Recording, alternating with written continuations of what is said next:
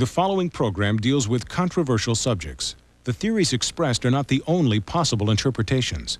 The viewer is invited to make a judgment based on all available information. Tonight on Sightings, from the Russian Republic, our team of investigators captures startling videotape images and returns with eyewitness evidence of bizarre extraterrestrial contact. Then, is the ghost of Whitechapel a murder victim of London's infamous Jack the Ripper? And can science reanimate the Iceman by cloning? The special update next.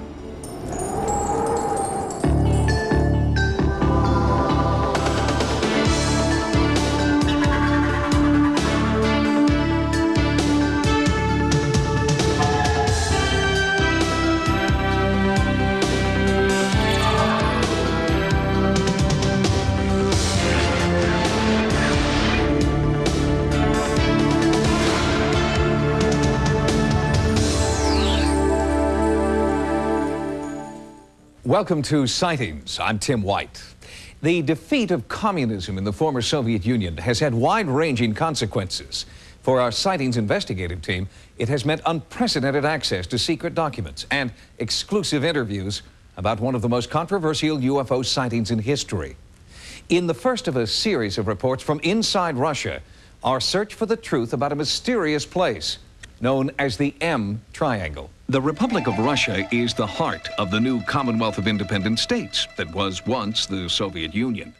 On a daily basis, new information is released to the people of this country about the previous government's clandestine activities. One of the most unlikely activities was a well-organized government effort to research UFO phenomena. And today, that activity is spoken about openly at the Russian Space Center, especially by those who have been close to the Russian space program, like former Colonel Marina Popovich. We are presently standing at the Cosmonaut Training Center of Russia. It is where all the cosmonauts are still trained, even today. Some of the training includes the proper protocol in cosmonauts dealing with UFOs. As a colonel, I used to be a terrible skeptic, but when I see the government programs dealing with UFOs, I can't ignore this evidence. I've seen photos pilots have taken of saucers attacking planes. We're also now aware of recurring landing sites. I have absolutely no doubt that UFOs exist. It is impossible that in a universe this large, that's expanding so quickly, with new stars and planets being formed, that we are a unique planet that sustains life. A team of sightings researchers set out to uncover new information about the Soviet government's UFO research efforts. Information that had been long suppressed was coming to light. Even as our investigation began, a guard involved in a routine examination of our credentials was eager to tell us about his own UFO experiences. 1.5 years ago, I was standing guard here at Lenin's tomb in Red Square when I got a message over the radio. There was a UFO flying over Spassky Tower. Come quickly.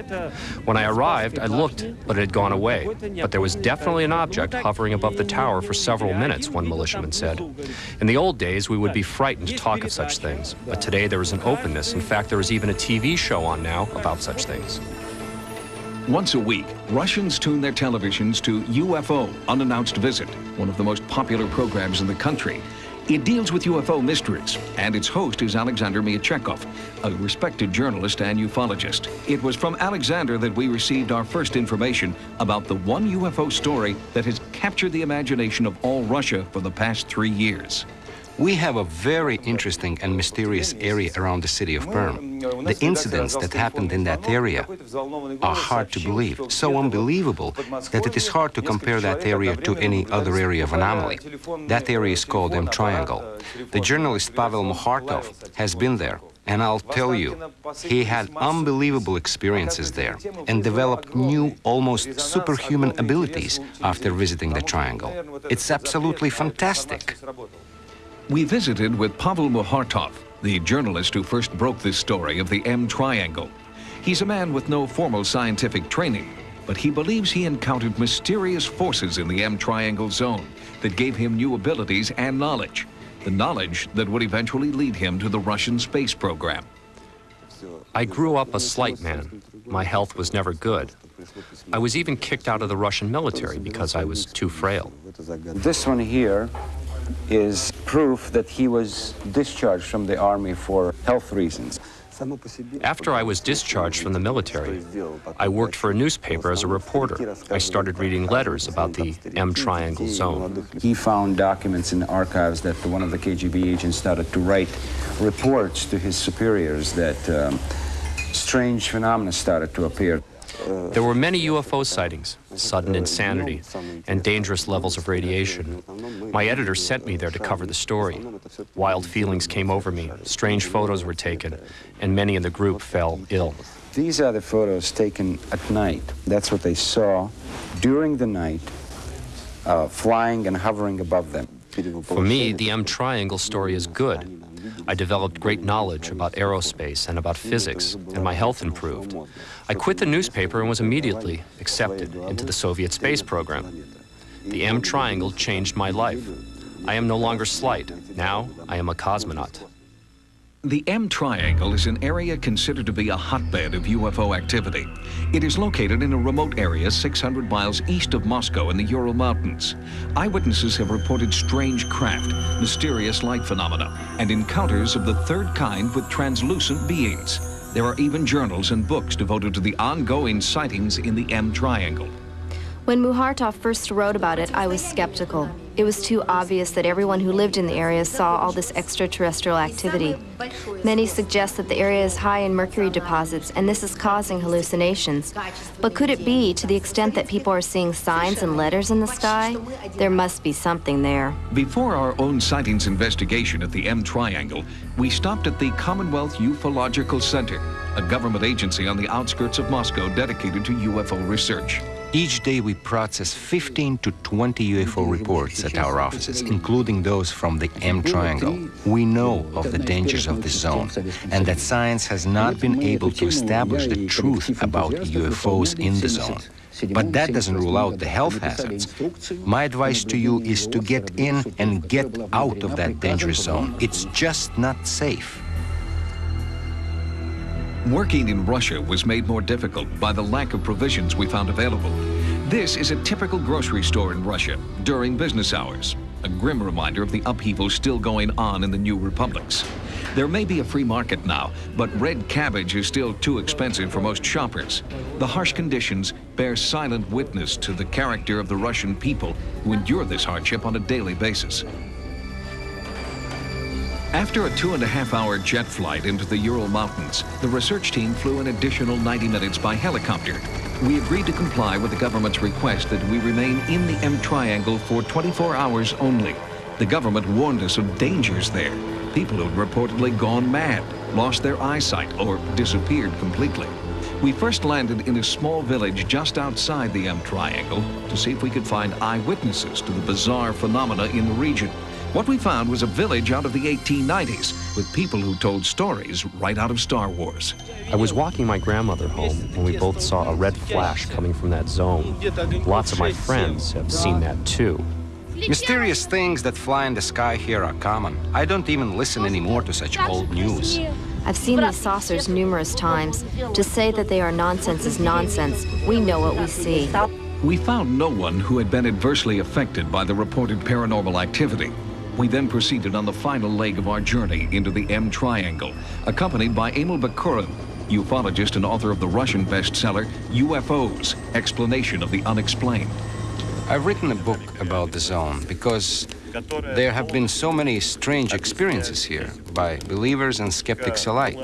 Near our tent, one group saw translucent fireballs that chased them into the woods and burned them seriously. Only 17 meters from here, a glowing object stunned a research group. One of the men later committed suicide. We often see groups of UFOs fly past this field.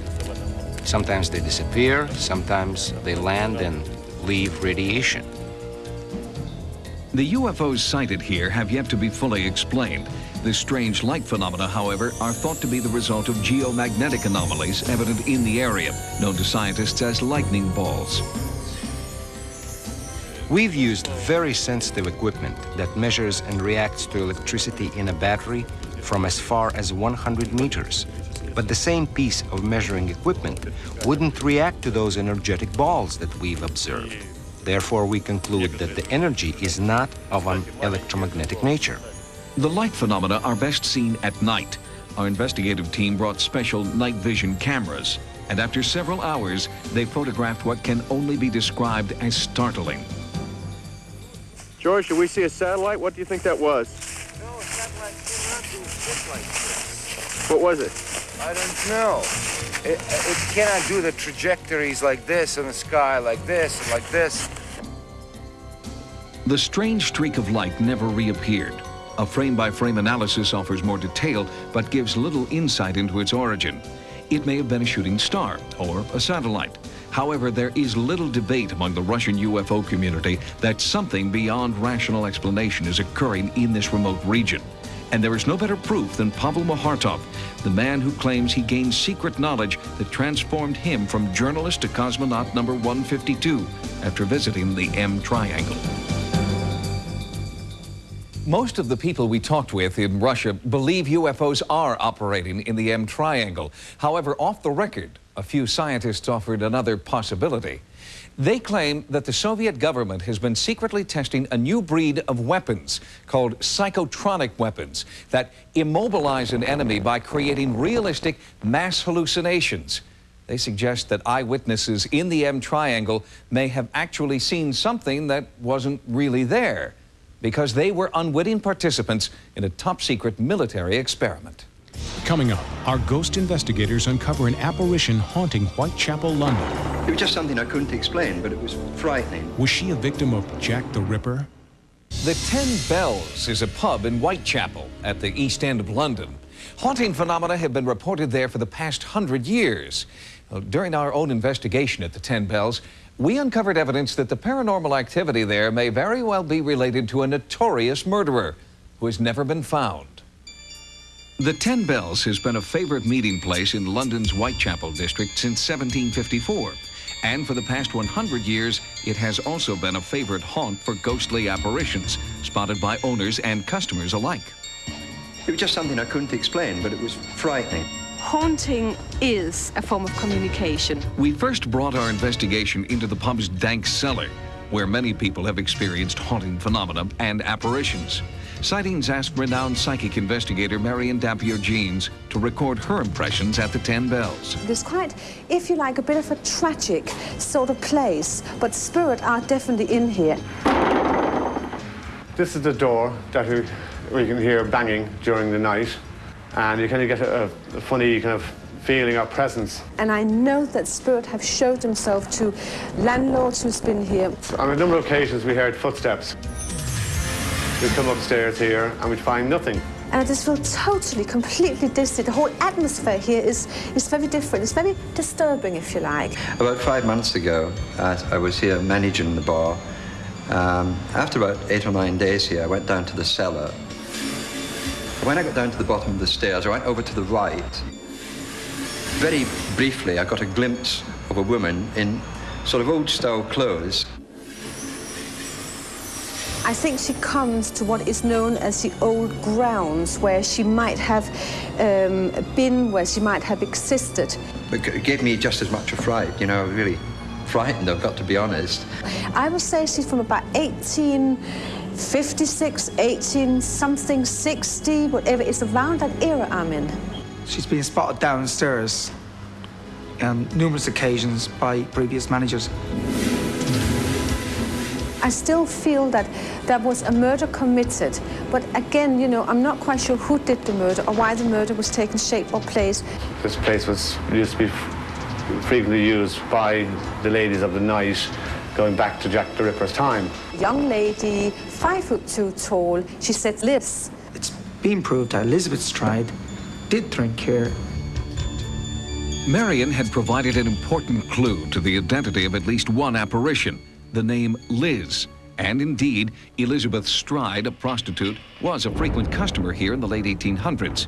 On September the 30th, 1888, Stride, known as Long Liz, was the third victim of Jack the Ripper. Could it be her restless spirit that haunts the 10 Bells today?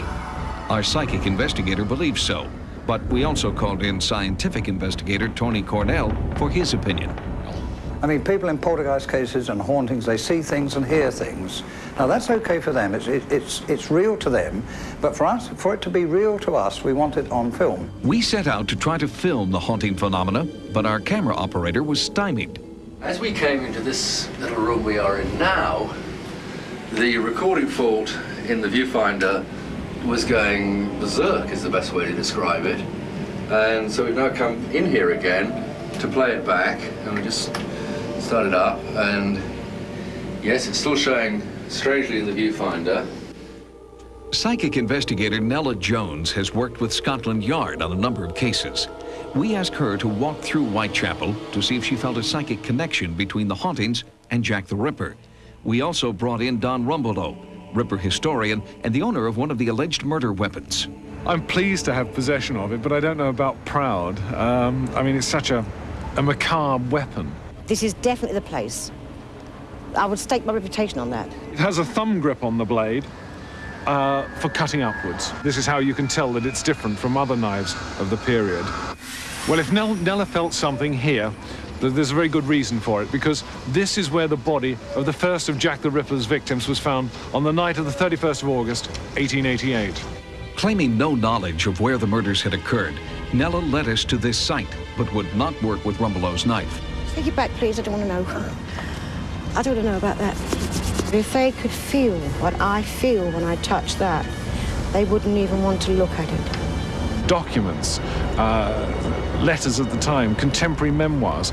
This is evidence. Using, with due respect to Nella, using a psychic is not proof. What's new in this case is really what's old. It was author and historian Paul Begg who was finally able to shed some new light on this dark subject. 30th of September 1888 was the night of the double event when Jack the Ripper killed 2 women within an hour. The first of those murders took place along this street. In fact, a street not far from the 10 Bells pub. It's an interesting case because it's the one instance where we probably have a witness to Jack the Ripper in action. A man named Israel Schwartz was walking down the road.